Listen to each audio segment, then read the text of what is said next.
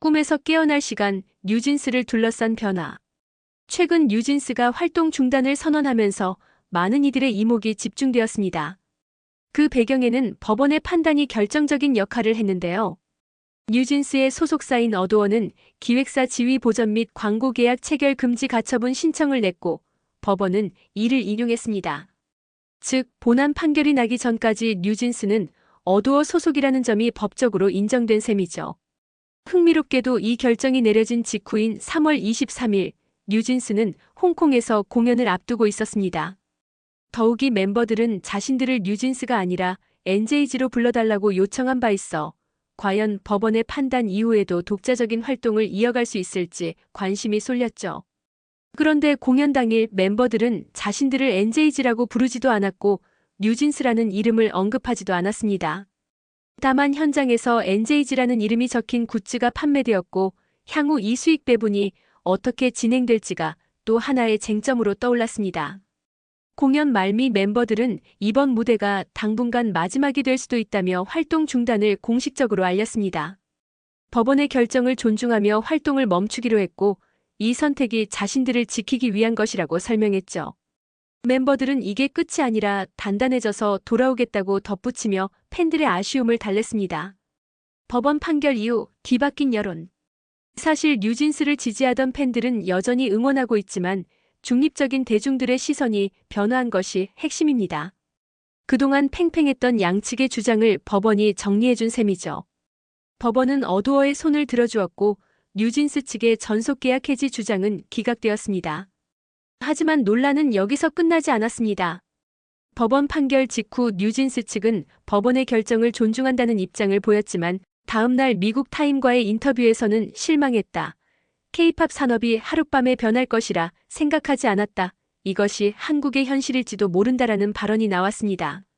이는 마치 법원의 판단을 받아들이지 않는 듯한 뉘앙스를 풍겼고 일부에서는 이를 혐한 발언이라고까지 해석했습니다.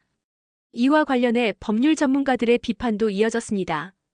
김앤장 출신의 한 변호사는 법원의 판단을 존중한다고 해놓고 다음날 법원을 부정하는 듯한 태도를 보이는 것은 문제가 있다며 강도 높게 비판했죠.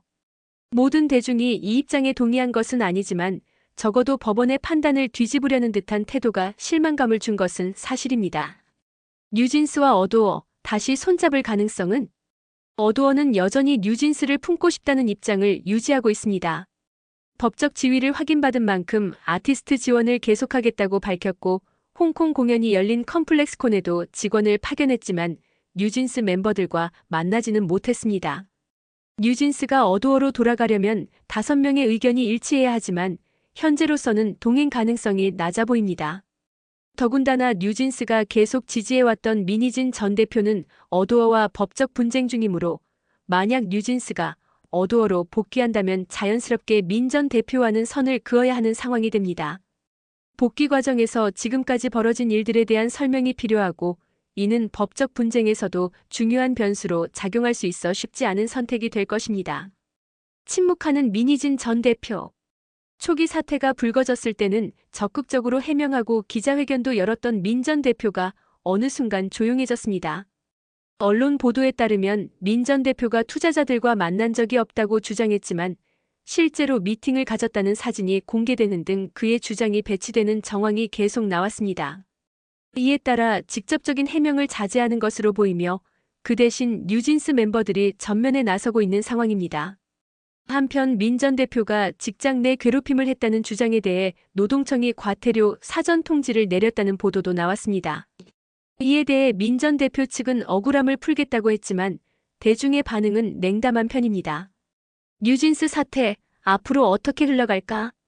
뉴진스 측은 법원의 가처분 신청 인용에 대해 이해 신청을 하겠다고 밝혔습니다. 이는 법원의 판단을 존중하겠다는 기존 입장과 다소 모순되는 태도로 비칠 수도 있는 부분입니다.